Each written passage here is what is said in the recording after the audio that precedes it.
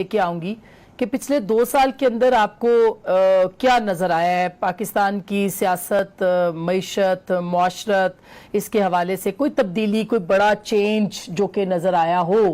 और आपको लगा हो कि इतने सब हम आंगी के बावजूद कि अदालत और इस्टेब्लिशमेंट और कोई कहीं से कोई प्रॉब्लम इस गवर्नमेंट के लिए नहीं आई है? क्या वाहिद यही एक प्रॉब्लम थी कि नंबर्स पूरे नहीं हैं इनके पास असेंबली के अंदर?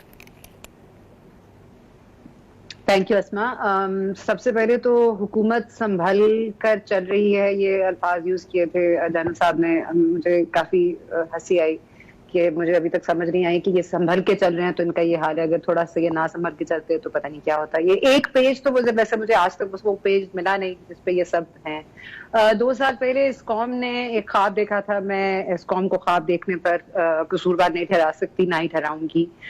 ये भी अलग बात है कि इस कौम को वो ख्वाब जो है वो जबरदस्ती दिखाया गया कि 70 साल से 72 साल से ये मुल्क जो है वो लुट रहा है, और ये दोनों हाथों से लुट रहा है। और आज इस मुल्क का जो हाल है वो इसीलिए है क्योंकि मुल्क को लुटेरों ने लूट लिया है, और एक ही हीरो है जो आकर हमें बचा सकता है, और वो हीरो है इमरान खान। तो जब आप इतना बड़ा ख्वाब किसी को बेचेंगे तो इसको पूरा करने के लिए आपको बहुत सारे दावपेच लगाने पड़ेंगे और बहुत पेज आपको आगे बढ़ना पड़ेगा। हम अगर बेहतर नहीं हुए तो हम एक पोजीशन पर या तसलसल पर रहे भी नहीं, हम डिसइंटीग्रेट हो गए हैं, मजीद बदतर सिचुएशन में आ गए हैं। इकोनॉमी का बेड़ा गर्क, फ्रीडम ऑफ एक्सप्रेशन का बेड़ा गर्क, माली हालात का बेड़ा गर्क। आप जितना मर्जी पिछली हुकूमतों पर डाल लें, आप कोई भी काम आप देख लीजिए आप सीधा नहीं कर सके, एक्सेप्ट कि आपने एक खेप पूरी तैयार कर ली है शीरान की,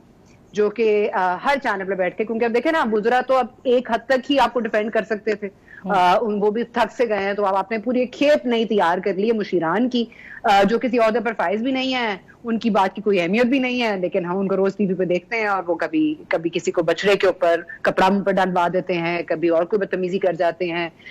कभी वो बताते हैं कि खवातीन को एक्ट्रेस होना चाहिए और तजियाकार नहीं होना चाहिए। तो माशाल्लाह ये आपकी हुकूमत की कारकर्दगी है 2 साल की। तो मेरा ख्याल है इस पर मैं अब खामोश हो जाऊं तो बाकी लोग मजीद लेकिन बिल्कुल